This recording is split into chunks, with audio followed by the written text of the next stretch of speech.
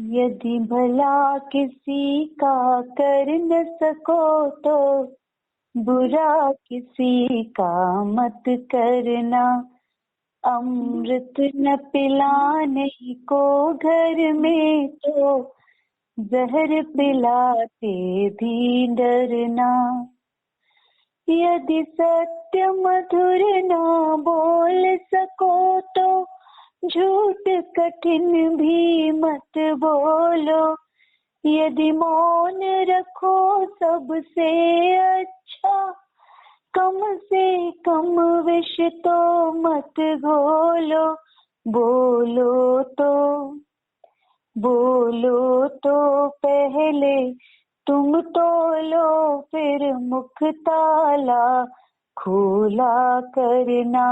यदि भला किसी का कर न सको तो बुरा किसी का मत करना। यदि फूल नहीं बन सकते तो कांटे बन कर न बिखर जाना। मानव बन कर सहला न सको तो दिल भी किसी का न दुखाना। यदि देव नहीं बन सकते तो दानव बन करके मत रहना। यदि भला किसी का कर न सको तो बुरा किसी का मत करना। अमृत न पिलाने को घर में तो जहर पिलाते भी डरना। यदि भला किसी का कर न सको तो बुरा किसी का मत करना। ध्यानाभ्यास के लिए कृपया अपने नेत्रों को बंद कर लीजिए। बाहर से अपना ध्यान हटाइए। अपना मुख अपनी ओर कीजिए। आप स्वयं ही सुख स्वरूप हैं। अपने से युक्त होकर उत्तम सुख पाइए। कर्म के संबंध से जो भी वैभाविक परिणतियां हो रही है उसका मात्र अनुभव कर लीजिए। उस अनुभव से ही वह सर्व वैभाविक परिणतियां स्वतः समाप्त होती हैं। परमात्मा को श्वासोच्छ्वास क्रिया नहीं होती है। हमें श्वासोच्छ्वास क्रिया हो रही है उसका मात्र अनुभव कीजिए। श्वासोच्छ्वास क्रिया को नासिका भाग में, सीने के भाग में और पेट के भाग में महसूस कीजिए। ये क्रिया परमात्मा को नहीं है, हमारे हैं, तो इसका अनुभव करिए। तो एक समय आप भी इस श्वासोच्छ्वास क्रिया से निश्चित मुक्त होंगे। इसमें कुछ भी शंका करना योग्य नहीं है। अनुभव से ही वैभाविक परिणतियां मिटती हैं, क्योंकि उसका अनुभव करने से हम बहिर्मुख नहीं रहते हैं, अंतर्मुख रहते हैं। और अंतर्मुखता ही ध्यान अग्नि है, जिससे सभी कर्म दग्ध होकर नष्ट होते हैं और हमारी स्वाभाविक परिणति परमात्म रूप केवल सुख के अनुभव रूप होती है। तो अपने ध्यान को अपनी नासिका पर लाइए।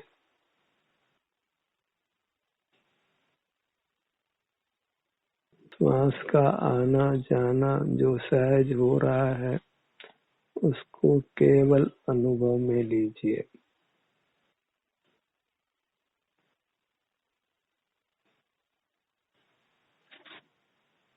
इससे पवन का आवागमन रूप जो क्रिया है वह एक समय बाद पूरी तरह समाप्त होगी।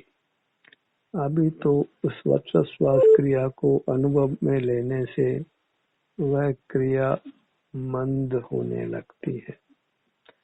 इस प्रकार मंद मंदतर और मंदतम होकर इसने समाप्त हो जाना है।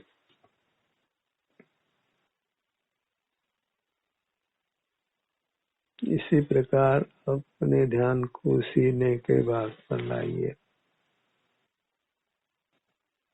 सीने का बाहर भीतर होना जो श्वास प्रश्वास के कारण होता है, उसको महसूस कीजिए।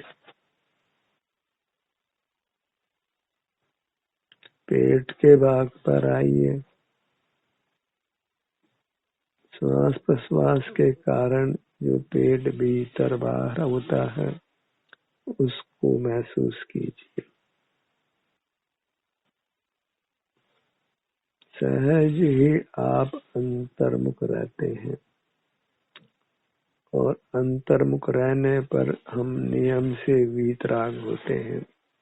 पर का लक्ष्य हुए बिना, पर को जाने देखे बिना पर के प्रति राग आदि परिणाम नहीं होते हैं।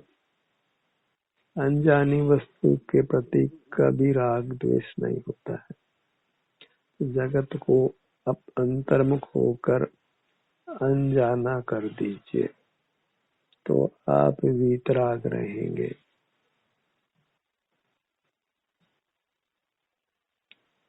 इसका अभ्यास करना है।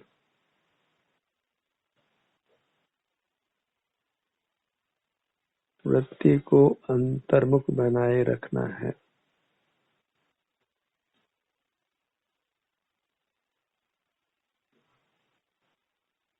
हमारे हृदय धड़कता है, परमात्मा के हृदय स्थान में कोई धड़कन नहीं होती है। तो हृदय स्थान में अपने ध्यान को लाकर यदि धड़कन अनुभव में आती है तो उसका अनुभव करिए।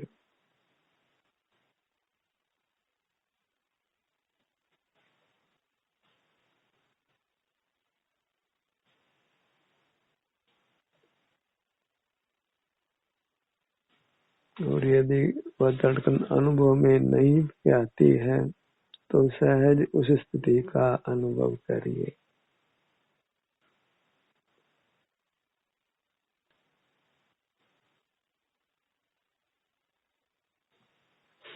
हमारी नसें फड़कती हैं और यदि किसी नस का फड़कन सहज अनुभव में आता हो तो उसका मात्र अनुभव कर लेना है।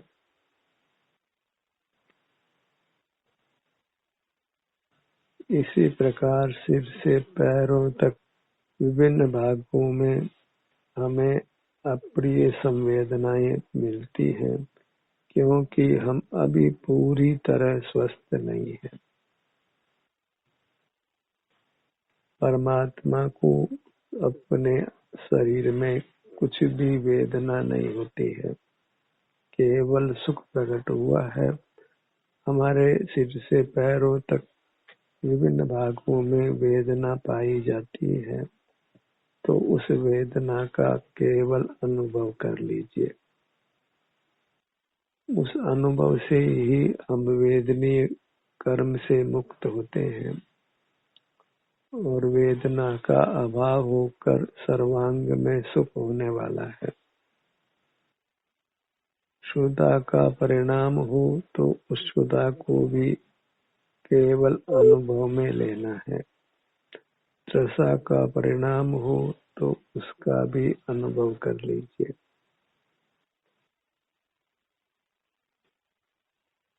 ज्वर आदि के कारण शरीर में ताप का अनुभव हो या अधिक ठंड का अनुभव हो तो उसका भी अनुभव कर लीजिए। बस अपने शरीर पर बने रहना है, अपने ही आलम्बन से रहना है, स्वावलंबी रहना है, अपने ही पर्याय को भोगना है। पर की पर्याय का भोग नहीं होता है, मात्र जानना होता है, और जानने मात्र से हमको अपना सुख अनुभव में नहीं आता है। कदाचित वैश्विक सुख दुख ही होता है, राग आदि परिणाम ही होते हैं। इसलिए अपने सन्मुख रहिए और बाह्य पदार्थों को देखना जानना नहीं है। परमात्मा बोलते नहीं है तो हमको भी बोलना नहीं है। परमात्मा कहीं आते जाते नहीं है तो हमको भी कहीं आना जाना नहीं है। वे निष्कंप रहते हैं। जो मुक्त हो गए हैं उनको मूर्त शरीर का अभाव है, वे प्रतिमावत निष्कंप रहते हैं। शरीर में किंचित भी हलन चलन नहीं होता है, और हमारे कदाचित हलन चलन होता हो तो उसका केवल अनुभव कर लीजिए। इसी प्रकार हम परमात्मा के और हमारे बीच में जो भी अंतर है उसको समाप्त करते हैं, फिर परमात्मा समान ही हो जाते हैं। परमात्मा कुछ भी विकल्प नहीं करते हैं, निर्विकल्प रहते हैं। हमको भी अपने सन्मुख रहकर निर्विकल्प रहना है। परमात्मा वीतराग होते हैं, हमको भी अपने सन्मुख रहकर वीतराग रहना है। परमात्मा होने की यही विधि है। चूँकि हमको अभी असत वेदनी कर्म का सद्भाव है, तो सिर से पैरों तक विभिन्न भागों में विचरण कर वहाँ जो भी असत वेदनी कर्म के उदय से अप्रिय संवेदना प्राप्त होती है, उसका अनुभव कर अपने को असत वेदनी कर्म से मुक्त कर लेना है। अपने विस्तार को पहचानिए। सिर से पैरों तक अपना विस्तार है। इस विस्तार को ही द्रव्य संज्ञा है।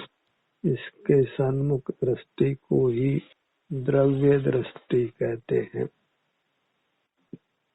वही सम्यक दृष्टि है।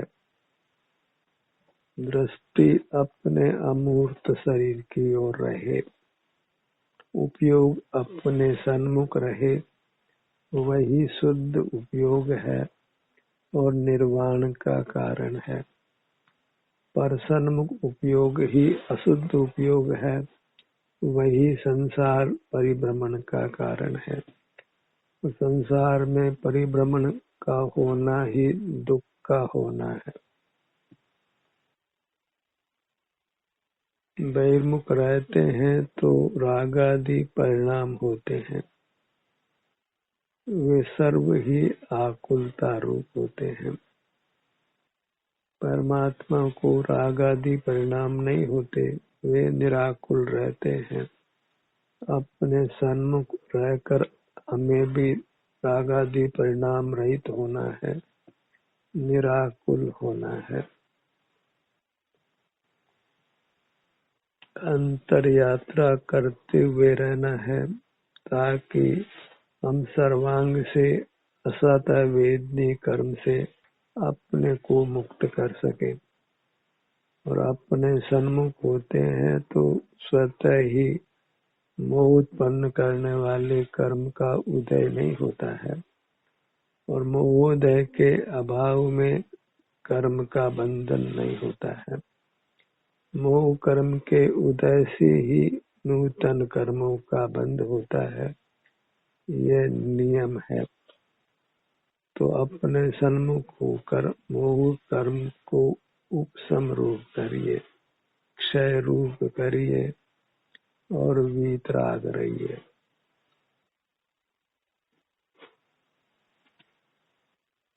अपने ध्यान को अपने सिर के भाग पर लाइए।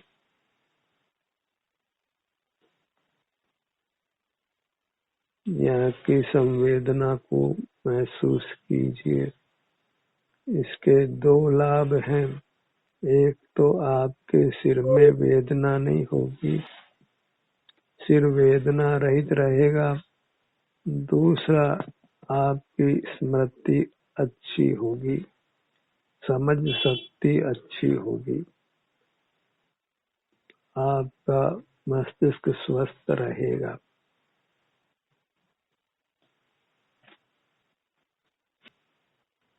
सिर का भाग आगे, मध्य में, पीछे, बाएं, दाएं, यहाँ ठहरिए।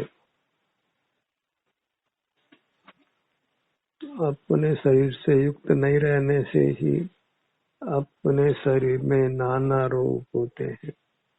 आज जगत बहुत बहिर्मुख रहता है, इसलिए कैंसर, डायबिटीज, किडनी आदि नाना असाध्य रोग हो जाते हैं और अल्पायु में भी भारी वेदना भोग कर मरण हो जाता है।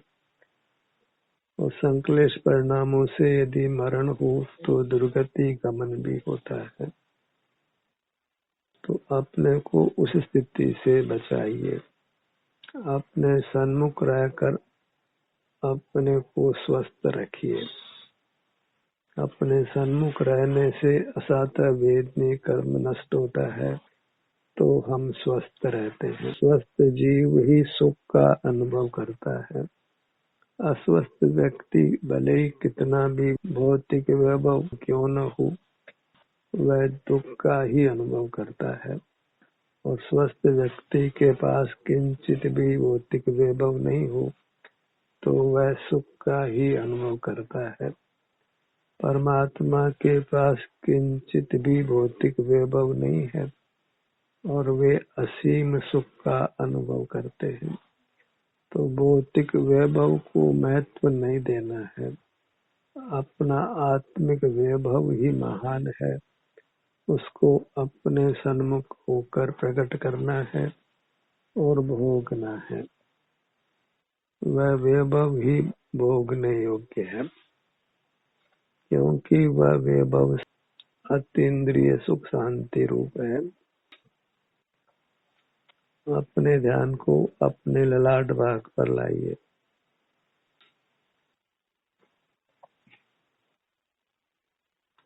हमारा हर भाग चेतन है, अर्थात चेतने योग्य है।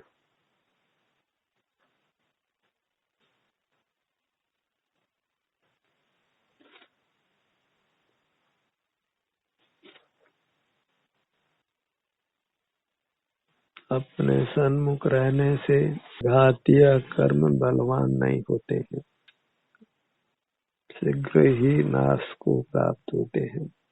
हमारे स्वभाव का घात नहीं होता है, हम उत्तम सुख को पाते हैं। भ्रू मध्य पर आइए। ये छोटा भाग है, तो छोटे भाग का भी संवेदन कीजिए।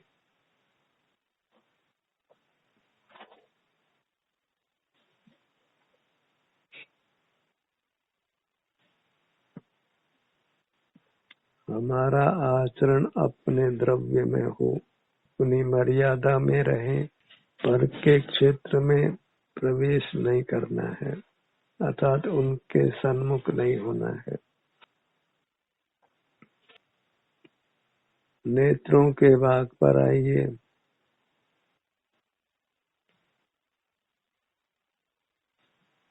यहाँ आने पर भी दोहरा लाभ होता है।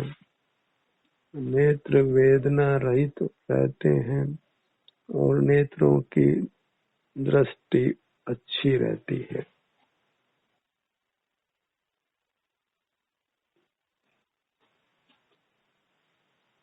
ज्यादा पढ़ने लिखने का काम करना अच्छा नहीं है। हमें वास्तव में अपने स्वरूप को ही पढ़ना है, जो सिर से पैरों तक है, यही स्वाध्याय है, अपना अध्ययन करना अर्थात अपना अनुभव करना।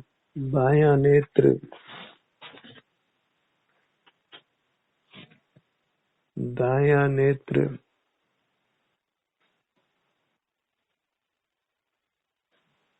नेत्रों की दृष्टि खराब हो तो लौकिक जीवन में भारी कष्ट होता है। इसलिए नेत्रों से उपयोग जोड़कर नेत्रों की रक्षा कीजिए। अपनी रक्षा करने की हमारी भारी जिम्मेदारी है। अपने सन्मुख होकर अपनी रक्षा करना है, वही अपने सुख की रक्षा करना है। हम स्वभाव से ही अविनाशी हैं, पर बहिर्मुख रहकर बारंबार मरण का अनुभव करते हैं। तो अपने को बारंबार मरण से बचाना है। निर्वाण पाने के बाद फिर मरण का कोई काम नहीं है। तो अपने सन्मुख होकर हमने निर्वाण पाना है। कानों के भाग पर आइए। यहाँ आने से भी दोहरा लाभ है। आपकी श्रवण शक्ति अच्छी रहती है और कानों में वेदना नहीं होती है। कानों से सुनाई नहीं पड़े तो भी लौकिक जीवन भारी दुख में आता है।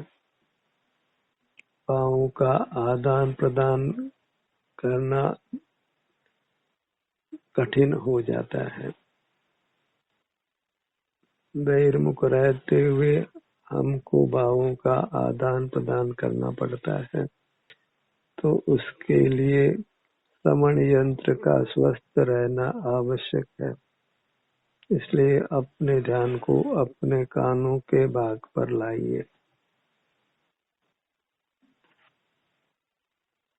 इस प्रकार अपनी पूरी मूर्त में हमको विचरण करके अपनी पूरी मूर्त को स्वस्थ रखना है। क्योंकि हमें अपनी मूर्त के किसी भी भाग में वेदना इष्ट नहीं होती है। हम उससे भयभीत रहते हैं।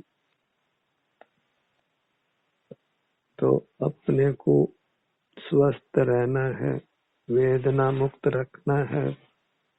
तो वेदना को सन्मुख होकर भोग लीजिए। वेदना जब होती है तो अपना ध्यान स्वतः ही उस ओर जाता है, पर इतने मात्र से मोक्ष नहीं होता है। हमें यत्न पूर्वक अपना मुख अपनी ओर लाना है और कर्म को हृदय में लाकर जो भी वेदना अनुभव में आती है उसको सहर्ष भोग लेना है। कर्म पककर उदय में आवे उसके पहले ही उसको पकाकर उदय में लाकर नष्ट कर देना है। इसी से हम असाता वेदनी कर्म से शीघ्र ही मुक्त होते हैं। असाता वेदनी कर्म ही हमारे सुख का घात करता है। किसी भी जीव को अस्वस्थ रहना अच्छा नहीं लगता है। वेदना इष्ट नहीं होती है।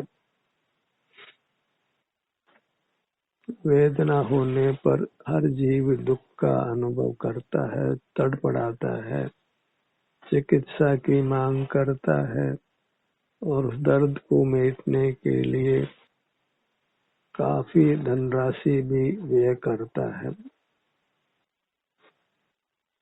परिजनों का, मित्रों का भी सहयोग लेना पड़ता है। परावलंबन बहुत ही होता है। तो हमको वेदना को बलवान नहीं करना है, उसको अपने सन्मुख होकर क्षीण करना है, नष्ट करना है।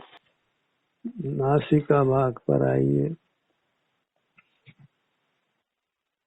घ्राण शक्ति को स्वस्थ रखने के लिए नासिका भाग पर ठहरिए। श्वासोच्छ्वास से मुक्त होने के लिए भी नासिका भाग पर ठहरिए। श्वासोच्छ्वास के कारण जो आत्म प्रदेशों में हलन चलन होता है उससे भी अपने को मुक्त करिए, क्योंकि हमारा स्वभाव निष्कंप रहना है, श्वासोच्छ्वास रहित रहना है, दुर्गंध आदि के ज्ञान से रहित रहना है। जब नासिका भाग पर आते हैं तो उस समय दुर्गंध के ज्ञान से हम बच जाते हैं, सुगंध के ज्ञान से भी बच जाते हैं। अपने सन्मुख होने से हम इंद्रियातीत होते हैं, जितेंद्रिय जिन होते हैं, मूर्त पदार्थों के ज्ञान से रहित हो जाते हैं। वही उत्तम स्थिति है, सुखद स्थिति है। मूर्त पदार्थों के ज्ञान से ही हमारी संसार यात्रा होती है, मूर्त कर्मों से हमारा बंध होता है। तो हमें मूर्त पदार्थों के देखने जानने से अपने को मुक्त करना है। उसके लिए अपने ध्यान को अपनी मुद्रा पर रखना है, अपने विस्तार पर रखना है। विस्तार पर दृष्टि होने से ही वृत्ति निर्मल होती है।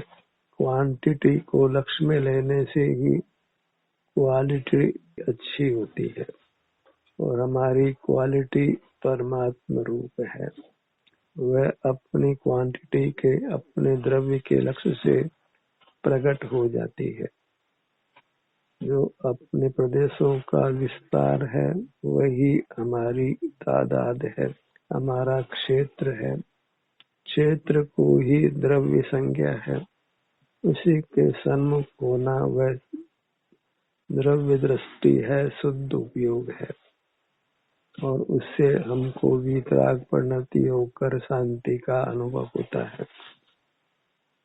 तो कदाचित वेदना हो तो उस वेदना को भोग कर हम मुक्त हो जाते हैं।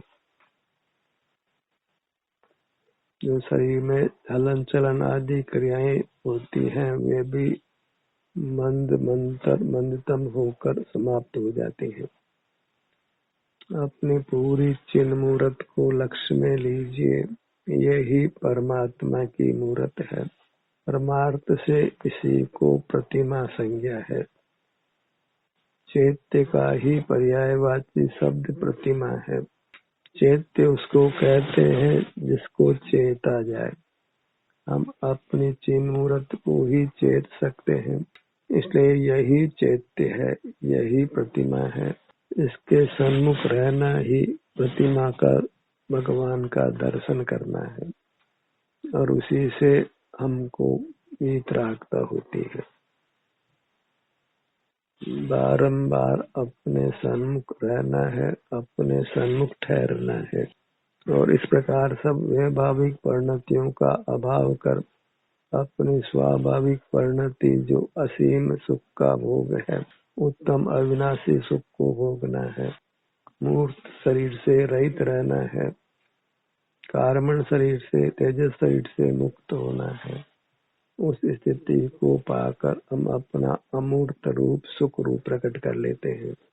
उसी परमात्म दशा को हमने पा लेना है। यही ध्यानाभ्यास का प्रयोजन है। ध्यान का सत्र यही समाप्त होता है।